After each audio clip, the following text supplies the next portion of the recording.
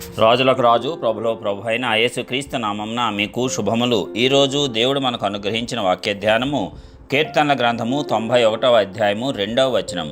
ఆయనే నాకు ఆశ్రయము, నా కోట, నేను నమ్ముకొను నా దేవుడని నేను యెహోవాను గూర్చి చెప్పుచున్నాను. ప్రియులారా, ఈ వాక్య ధ్యానమును మనం పరిశీలించినప్పుడు దేవుడు ఎల్లప్పుడూ మనకు ఆశ్రయముగా ఉన్నాడు. అంటే మనకు ఆపద వచ్చినప్పుడు ఎవరో ఒకరి యొక్క సహాయం కావాలి అని మనం కోరుకుంటాం. కాబట్టి ఆ సహాయం కోసం అనేకులను సంప్రదిస్తూ ఉంటాం. ఎక్కడా సహాయం దొరకనప్పుడు చివరికి దేవుని యొద్దకు వస్తాం. అయితే మనము చేయవలసిన కార్యం ఏమిటంటే, మొదటిగానే దేవుని యొద్దకు రావాలి. ఆయన శక్తిని మనం జ్ఞాపకము చేసుకోవాలి.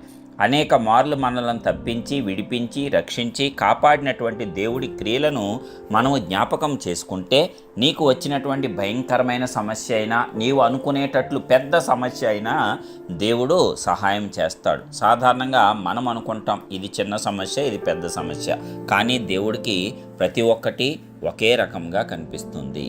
ఆయనకి జ్వరము ఒకటే, క్యాన్సరు ఒకటే. కాబట్టి ఈ రీతిగా ఆయన మనకు సహాయం చేస్తాడు. అయితే మనము ఇంత పెద్ద కష్టము వచ్చినప్పుడు మొదట మనుషులను ఆశ్రయిస్తూ ఉంటాం. కానీ మనం చేయవలసింది, దేవుడే మనకు ఆశ్రయము, మన కోట, ఆయన మనము నమ్ముకొనదగినటువంటి సహాయకుడు అని జ్ఞాపకం చేసుకోవాలి. ఇది ఎల్లప్పుడూ కూడా నిన్ను సురక్షితంగా ఉంచుతుంది.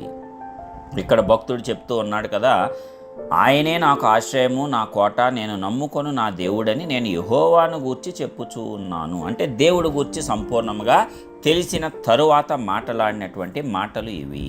ఎందుకంటే అప్పటికే అనేకమైన మేలులు పొంది ఆ మేలులు జ్ఞాపకము చేసుకుంట ద్వారా వచ్చేటువంటి ప్రార్థన ఇది. మనము మేలులు పొందుతాము, ఒక్కొక్కసారి మర్చిపోతాం.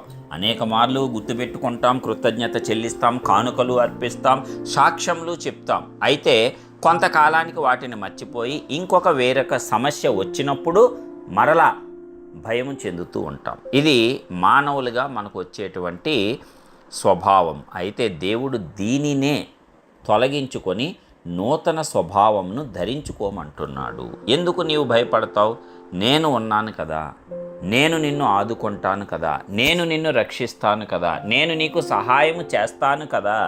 రక్షింప నేరక ఉండునట్లు నా హస్తము కూర్చయిందా, విననేరక ఉండునట్లు నా చెవులు మందములైపోయాయా అని దేవుడు అడుగుతాడు, బాధపడతాడు. మనం కష్టము శ్రమ వచ్చిన వెంటనే ఆయన యొద్దకు వెళ్ళిపోవాలి. ఆయన యొక్క సహాయాన్ని మనం అర్థించాలి. ఆయన శక్తిని నీవు జ్ఞాపకము చేసుకున్నప్పుడే ఇది సాధ్యమవుతుంది. అది దేవుడికి ఇష్టమైనటువంటి క్రియ. మొట్టమొదటే నీ దగ్గరకు వస్తే ఆయన యొద్దకు వస్తే ఆయన ఎంతో సంతోషిస్తాడు. కాబట్టి ఎలాగో మనము దేవుని యందు నమ్మకము, విశ్వాసము ఉన్నటువంటి వారమే. అయితే మర్చిపోవుట అనేది మనము కొంచెము మర్చిపోతే మంచిది. మర్చిపోవాలి మీరు, ఓకేనా? కాబట్టి మనము జ్ఞాపకం ఉంచుకొని ముందుకు సాగినట్లయితే దేవుడి యొక్క క్రియలు అనేకములు, అద్భుత ఆశ్చర్య కార్యాలు, చనిపోయిన వారిని తిరిగి లేపిన దేవుడు అత్యద్భుతంగా మనకున్నటువంటి సమస్యలను తొలగించలేడా? వాటి మీద విజయాన్ని మనకు అనుగ్రహించలేడా? కాబట్టి ఆ ధైర్యంతో, నమ్మకంతో మొట్టమొదట దేవుణ్ణి ఆశ్రయిద్దాము.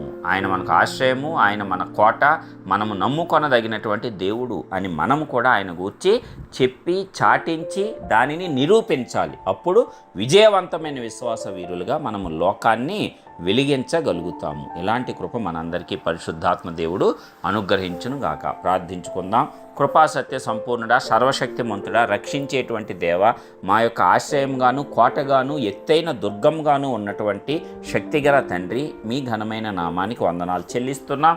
ఇదిగో మరి ఒక నూతన దినమును నూతన వాక్కు ద్వారా మాకు బయలుపరిచినందుకు నీకే వందనాలు. మమ్మల్ని బలపరిచినందుకు నీకే వందనాలు. అవును తండ్రి, మర్చిపోవుట అనేది మేము గనక తొలగించుకున్నట్లయితే, ఆ స్వభావాన్ని ఎల్లప్పుడూ జ్ఞాపకం ఉంచుకునే స్వభావాన్ని మేము కలిగి ఉన్నట్లయితే, నిన్ను మొదట ఆశ్రయించి నీ యొద్దకు వచ్చి మేము మొరపెట్టి విజ్ఞాపన చేసి దాని ద్వారా మేము ధైర్యాన్ని తెచ్చుకొని లోకంలో ఏదైనా సరే, ఎందుకంటే మీరే చెప్పి ఉన్నారు, భయపడకు నేను లోకమును జయించి ఉన్నాను అని. మరి ఆ వాక్కులన్నింటినీ మేము జ్ఞాపకం ఉంచుకొని ధైర్యంగా ముందుకు సాగి ప్రతి ఒక్క సందర్భంలోనూ విజయం పొందే కృప మా అందరికీ అనుగ్రహించి ఆశీర్వదించవలసిందిగా యేసుక్రీస్తు పరిశుద్ధ నామమున ప్రార్థించి విశ్వాసంతో పొందుచున్నాం పరలోకపు తండ్రి.